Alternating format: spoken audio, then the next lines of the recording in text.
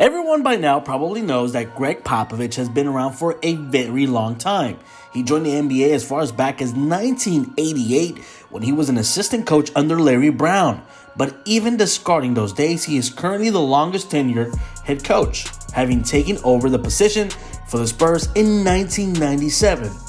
That's long enough ago that he's even starting to see new generations coming in. That's something that didn't escape the mind of Grizzlies forward Jaren Jackson Jr., who posted a throwback photo of Pop talking to his father, Jaren Sr. Sr. played for the Spurs from 1997 through 2001 and was part of the 1999 Spurs championship team.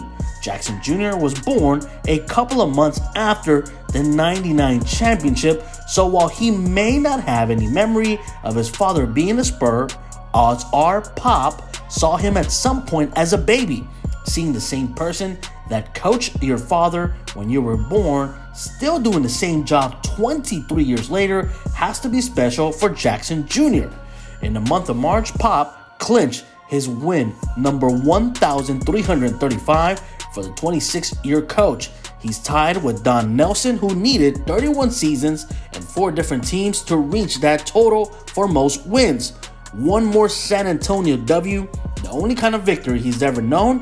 It's all that's needed to put Pop in uncharted NBA territory. The 5-time NBA champion and 3-time Coach of the Year will be a Hall of Famer whenever he's eligible.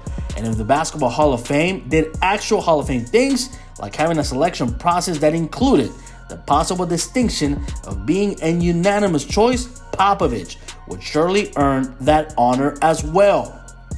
And as long as we're talking about hypothetical accomplishments, if there was a coaching Mount Rushmore for America's 4 major pro sports, Popovich would probably be on there too.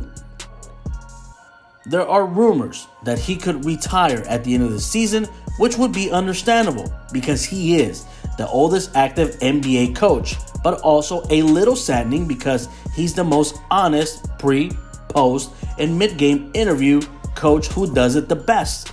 The only fan he cares about are in San Antonio, and they'll get their chance to give him a worthy send-off next season when they honor him with a ceremony at halftime or quietly announce he's in attendance, whichever he prefers.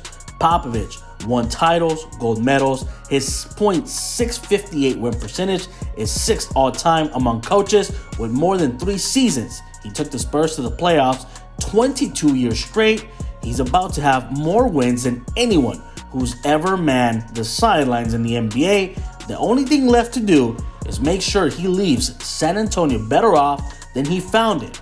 And regardless of what you think about DeJounte Murray and Lonnie Walker, the organization is better off for having him as their head coach.